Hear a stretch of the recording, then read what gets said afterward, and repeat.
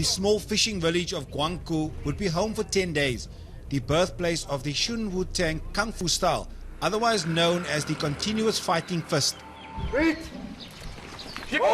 Most students have reached a senior level, and whether a student or instructor, training with Grandmaster Su in Taiwan becomes compulsory. Minimum of 2 years preparation is required, as both body and mind must be ready for this.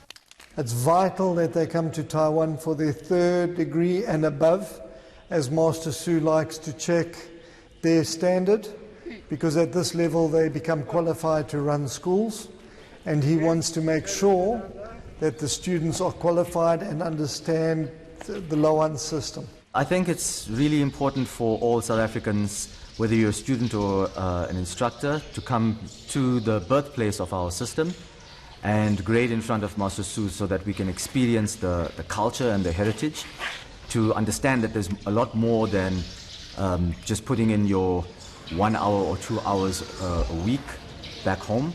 When we come here, we get literally 6 months worth of training in the 9 days that we train together with Master Su. Training in Kung Fu is diverse and challenging.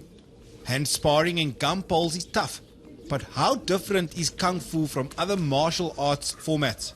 Different types of sparring and sparring games that we do, combined with the physical exercises, stretching, and of course the most important thing, which is the basics and the power generation of the techniques, sets our system quite different from most of the other systems that are out there.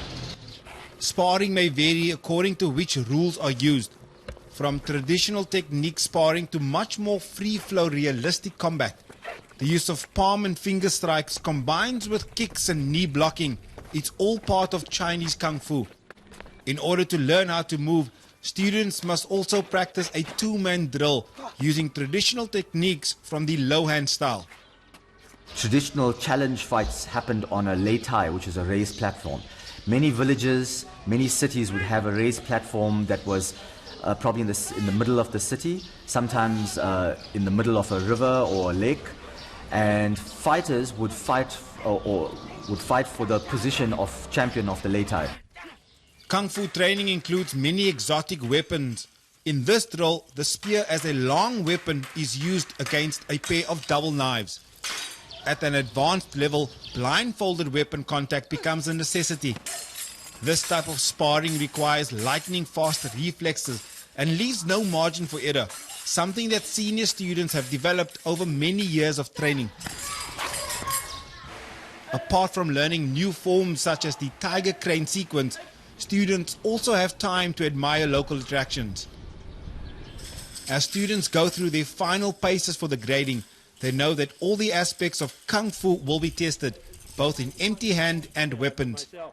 In the hands of a Kung Fu master, the real potential of Chinese martial arts comes alive. I'm terrified, but I've been training really hard, and I don't want to let myself down.